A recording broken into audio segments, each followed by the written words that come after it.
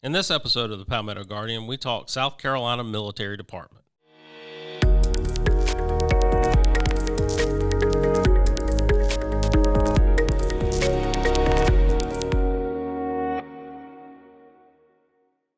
Welcome, everybody. I'm Specialist David Erskine. And I'm Captain Jessica Donnelly.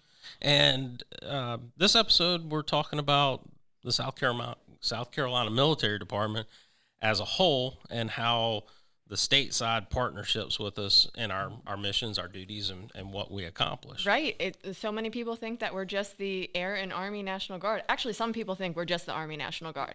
But we have so many other entities that fall under the South Carolina Military Department that a lot of people just don't know about. Yeah, if you ever were to come by the TAG building, you'd actually notice that kind of half of the building isn't military. Right. A lot of civilian clothes. A lot of civilian clothes. And a lot of those are our state employees, our counterparts, our partners, and they do a lot. Right. All those state operations. I mean, for one, and I know we've talked about this a lot, but DSCA, and so the Defense Support to Civil Authorities, whenever we're working in state active duty, that's a huge piece of it. Yeah. And these are the people that make all that work for us. And there's jobs in there that people might not even realize there, but there's a lot of the facility managers. Yes. And even your security card stuff to get in and out. You want in the building? Those are all state employees' duties. And a big one is Armory Rentals. And so they manage those because so many people don't realize that a lot of our armories throughout the state are managed by state operations. And so we have that opportunity for community members to be able to rent them for any kind of event, anniversaries, parties, birthday parties, any of that kind of stuff. And that actually goes to the state operations side. Yeah. And so we could sit here for probably a couple hours. Right. And talk about all of it. Because there really are a lot of stuff that these ladies and gentlemen do for us. And, especially, like I said, for us, I guess the most immediate impact is, like you said, like the DSCA missions. I mean, they're handling our pay, they're getting us food, all right. that. That's not a military thing. Right. You forget that during that time frame, the states got us, and they're taking care of us, and they do a great job with it, especially when you're talking about an influx of basically 3,000 employees. That come on suddenly. In a day. Right. For anybody that's out there in the civilian world that might be a manager or something, imagine if your boss came in and said, hey, 3,000 employees are starting today. Right. Make sure they get paid and everything, So, but yeah, so we're fortunate enough that we have a guest speaker coming in from the state today. Yes. And we went to the kind of top of the food chain, like we usually do. Yeah, but that's good because you get the perspective from that, and they're usually going to be the subject matter experts on what's going on. So, right. So we're gonna kick on over to our special guest and hear what they have to say. Perfect. All right, so today we have Ken Braddock, the Chief of Staff for State Operations for the South Carolina Military Department, here with us today to talk to us about state operations, which is a huge part of the military department, how it integrates with the National Guard, and how we all get our job done. And I think it's very important because too often we only see this side of it. So right. Thank you so much for coming today to talk about the state side of things. Glad to be here. So I guess for people who don't know, let's just kind of start at the basics of it. But what is the state side of the military department here? Like, what's y'all's function for us? Well, I think first of all, you got to kind of understand the overall structure. Too many people think that the South Carolina Military Department is the National Guard. Mm-hmm. In actuality, the South Carolina Military Department is a state organization under the state of South Carolina. The TAG is an appointed officer from the governor, is the head of that organization. Underneath that, you have both the Army and Air National Guards, as well as state operations. So understanding that structure, you kind of have to have that before you can really understand what we as the military department / state operation does in support. So what we have the responsibility of doing is we are the state side of the entire organization. We have the interconnections with state government, comptroller generals, the governor's office, the treasurer's office. We do the state budgeting process. We handle inquiries from the state legislature. We have that responsibility. We also have the responsibility to provide support through one of our programs, especially called Cooperative Agreements, to the National Guard, both the Army and Air, as they perform their both state and go-to-war missions in preparation for execution of their duties. So that's kind of how we interlink in. We don't have a lot of employees. I think of the last count last week, I had 491 state employees. And that's a combination of fully funded state employees, those that are combined funded state and federal, and even some that are 100% federal, but they are actually state employees. The majority of those actually work in cooperative agreements. We have approximately 150 employees that work strictly on the state side, primarily most of those over in South Carolina Emergency Management. And then we have over 350 of them, 300 to 350 that work in support of the cooperative agreements. They're state employees, much like the technicians on the federal side. They are state employees that perform their job supporting the National Guard in their jobs, but they're funded through the federal government. Okay, and one of that kind of roles in National Guard we're very familiar with is the defense support to civil authorities and getting activated for state active duty. The key word being state active duty. Doesn't the state operations have kind of a key part in that, even for the National Guard side of that? Yes, we do, especially because technically when a National Guard soldier is brought on the state active duty, they are not under Title 32 or Title 10. They actually come under state active duty, and as such, become a temporary state employee. Their pay will come from the Treasurer of South Carolina, not from the USPNFO and the federal government. So that's why a lot of soldiers, they get the question, well, I didn't see it on my LES. Right. Well, that's because your LES is a federal pay document, so you're not going to see it on your LES. Yeah. So your pay comes from us, all the support for meals and such, the contracts that get you your breakfasts and your suppers, the hot meals, as well as your bag lunches, what else, that comes through us.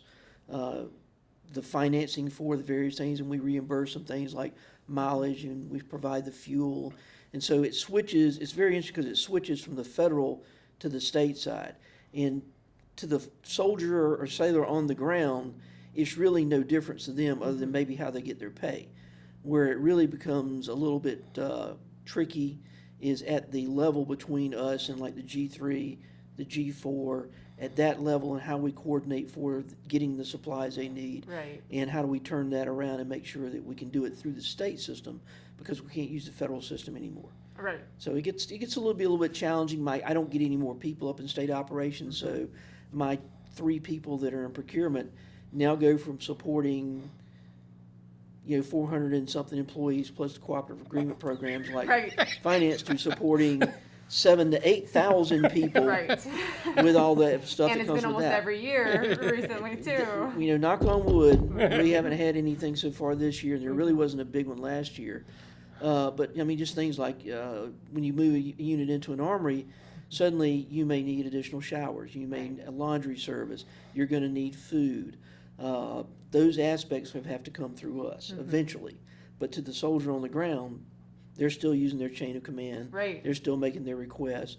It's just when it gets up to the point of who executes it, it changes a little bit. And I think that's a primary reason why a lot of times the soldier on the ground just doesn't understand that process and that relationship. So it's really wonderful to have that opportunity to really explain that. And for them on the ground, they really don't need to. All they need to focus on is executing their job, and the supporters getting the support they need to do that.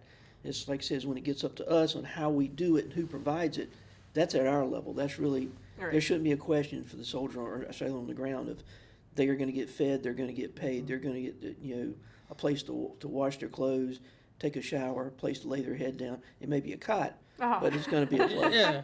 I'm going to say, because that was kind of news to me. I guess he kind of took it for granted. Right. Because we always call it state active duty, but when he put You it don't think into about it. well, when he put it into perspective, you're a temporary state employee. Right. Like, it's weird for us anyway, because we always assume that we belong to the state first, but Right. that's not true when we're on our orders and stuff like that. And so hearing that I'm a temporary state employee was kind of a unique perspective to put it Right. in for me. So Yeah. that was kind of cool. I mean, you see the check difference, right? And we know the LESs don't show, but never even once thought, okay, Nope. I'm a state employee during this time frame. Not at So all. that's pretty wild. That's pretty wild. The one thing unique about it is even though you're a state employee, there's certain things that remain under the military side.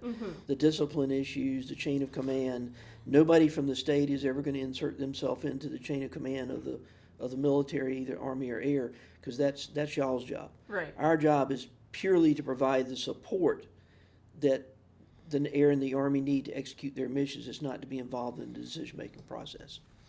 Okay. I guess I'll go along with the state, and this is more kind of a structure type thing, but the armories have been Hot topic in the news. a hot topic in the news. And obviously a large portion of that kind of falls into y'all's area to talk about and work with. Can you discuss some of the process as far as state operations and stuff go as it deals with the armories? Sure. Armories generally, once you get past the construction phase, even in the construction phase, require state monies. Either a 75-25 match, normally for construction, or a 50-50 match for the normal upkeep and renovations. So before the federal money can be applied, in many cases, there's got to be state monies to match. One of the things we do as part of the budget process is we go to the state and try and advocate for that monies. We have some monies that we're given as a part of a recurring budget process, but anything over and above that, we go and ask for specifics. We continue to work every year with both the House Ways and Means Committee and the Senate Finance, as well as the Governor's Office, to try and advocate for more projectable and monies that we know are coming, which allows us a little bit more freedom. But one of the things, aspect of it is, even though there's federal monies coming in, because we're using the state system to actually do the contracting, those processes have to go through the state process. Some facilities, primarily a lot of those would be, say, out at McIntyre Joint National Guard Base. They're on federal property, they're using 100% federal funds, they use federal contracting processes so they don't come through us. But the vast majority of the major construction on the Army side, as well as the renovation process, we're in cooperation with the Facilities Management Office. We, in our procurement section, work with them to go through the budgeting process, go through the approval process, and go through the contracting process to actually execute that monies on a regular basis. Right now, we try and project, we're shooting for in between $5 and $10 million a year in renovation projects. It's just something that realistically, once you get above that number, it's too much going on to really do the command and control and the quality for it. And so that's what they're shooting for. It is an ongoing process. I think right now we've got it planned out about 10 years of what armories we're going to be planning, what armories we're going to be trying to renovate. And it's all dependent on if we can get the state and federal dollars in to try and match it up to execute that. But yeah, the armories are a hot topic, and it always will be, because a building's never going to get any younger. Right. So all you're trying to do is trying to extend the lifetime of that building and to maximize the overall usefulness of the facility. Well, and it's a direct impact on soldier morale too. So I mean, that's wonderful to know how you guys support that. But then too, you had also mentioned about other facets of the operations, about like EMD, and that. Can you kind of touch on those other areas that kind of fall under state operations? Sure, absolutely. We have several areas that are what we basically call state unique that fall under us, that are a little outside of the military side. Primarily, the biggest one we have, South Carolina Emergency Management. South Carolina Emergency Management reports to the Adjutant General, and they are responsible for basically managing the response and recovery operations for statewide disasters. Of course, they're over in Fish Hatchery Road. What used to be one of our old armories now is a State Emergency Operations Center. So they're about 100 employees, and they're totally focused on that and do an excellent job. They have a very good reputation nationwide. They have sent people all across the nation, to include Alaska and Hawaii, to assist when other states have disasters and need help. So that's one of the aspects that's a little unusual. A lot of people don't realize that they actually are part of the Office of the Adjutant General of the South Carolina Military Department. Right. Another thing that's uniquely state is people don't realize that the building office out at McCready that handles the building for McCready, McIntyre, and Clarks Hill, that is a state operation. So we have the responsibility for operating that in support of the military department, but it's 100% state operation. Right. Their funds basically run their operation. And we don't make a profit out of it, so basically what goes in is what basically funds the operation. Right. But they have the responsibility, like I said, of McIntyre, McCready, and Clarks Hill. Okay. Another program that we have that's distinctly state is the building we're sitting in, the South Carolina Military Museum. Yep. That is 100% state funded.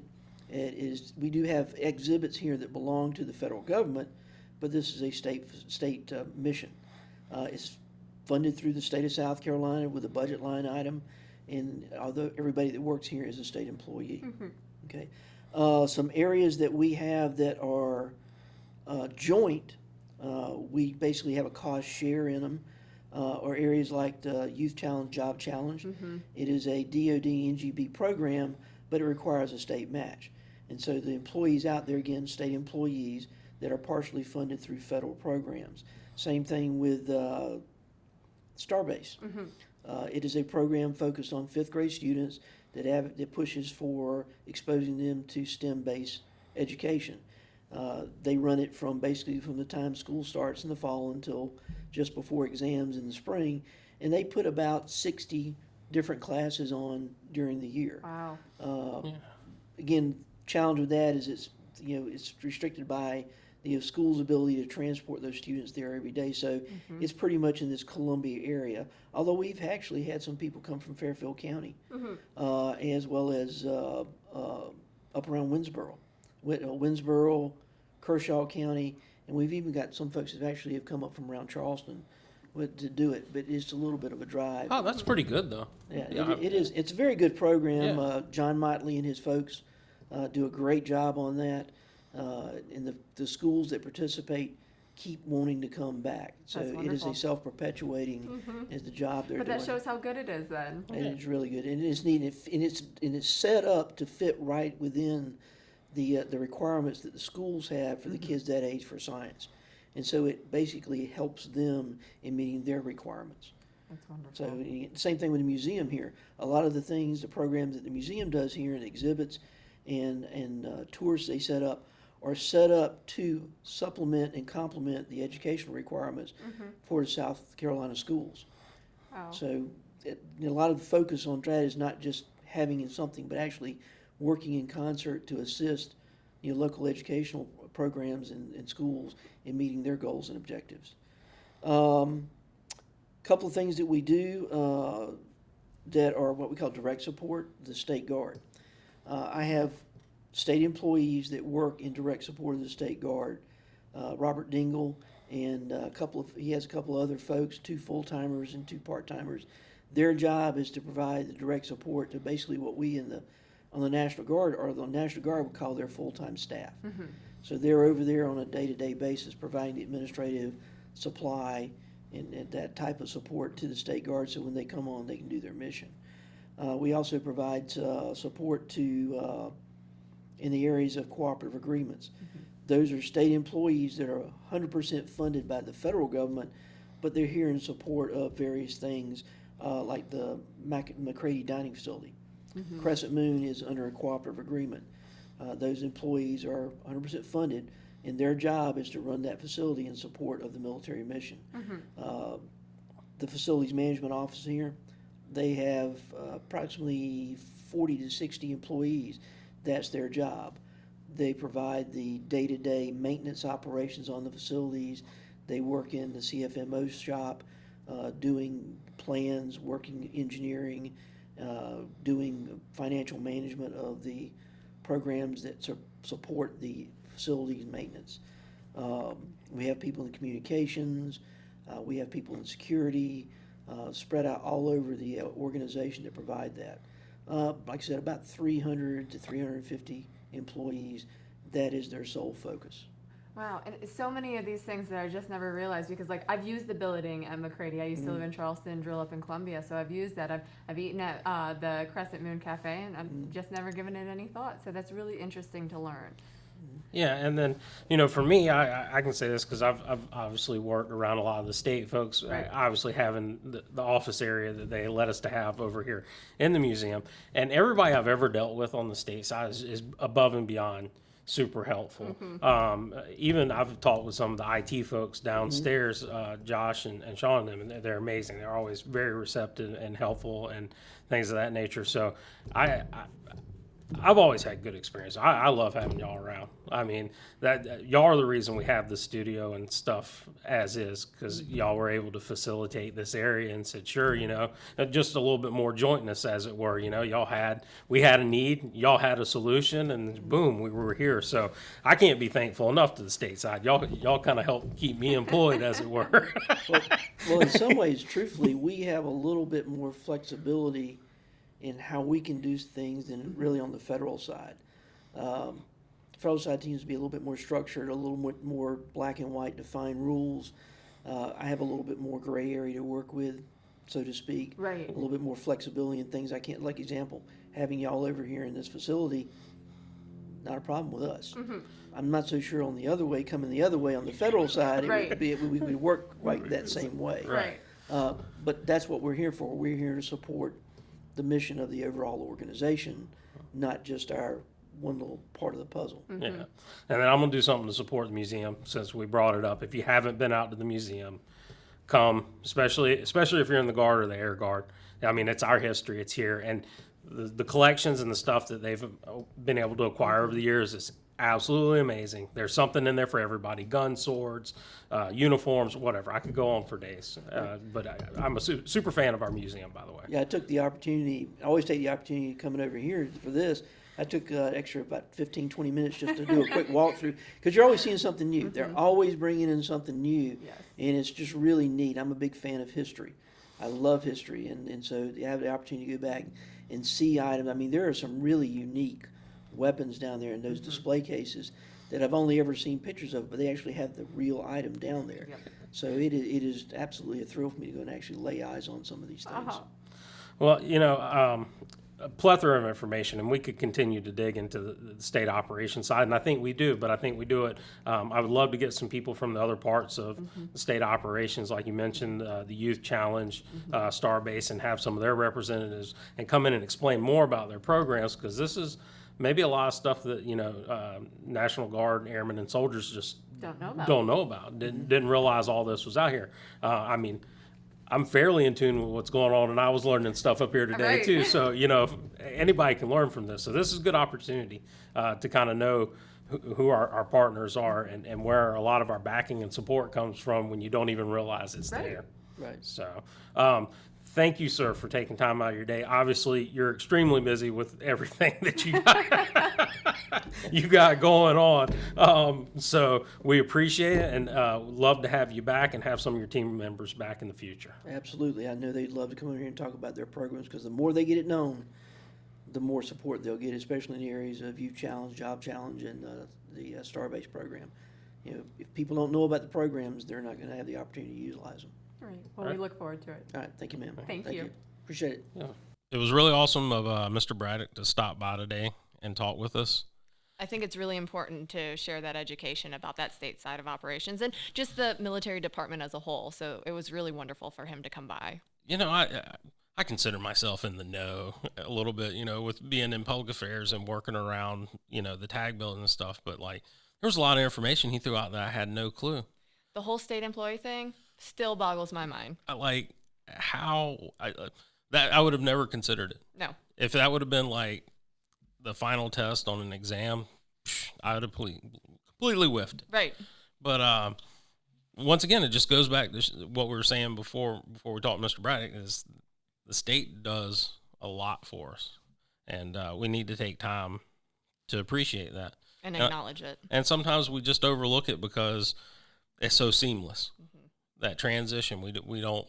It doesn't, and that's how it should be. When you're good at your job like that, you should never notice those type of transitions or effects, and that's what they are. They're extremely good at their jobs, And so we don't notice it, and we have no clue that it happens, but now we know. Right. And also, too, and this can kind of segue into more podcasts down the line, but, he mentioned all the other different entities that fall under that state side, too. So hopefully down the road, we'll be able to get those different entities like Starbase, Youth Challenge, and the State Guard on here as well. Yeah, the South Carolina Military Department's big. We're a big family. We are. You'd have no clue if you didn't take the time to listen or learn, but we're a big family. And that's good. That's good. It makes us, better and unique because we have all these resources to pull from and different backgrounds and, a lot of volunteers involved. And so it's awesome. It's a good place to be. Definitely. Well, that's it for this episode. I'm Specialist David Erskine. And I'm Captain Jessica Donnelly. And we'll catch you in the next episode.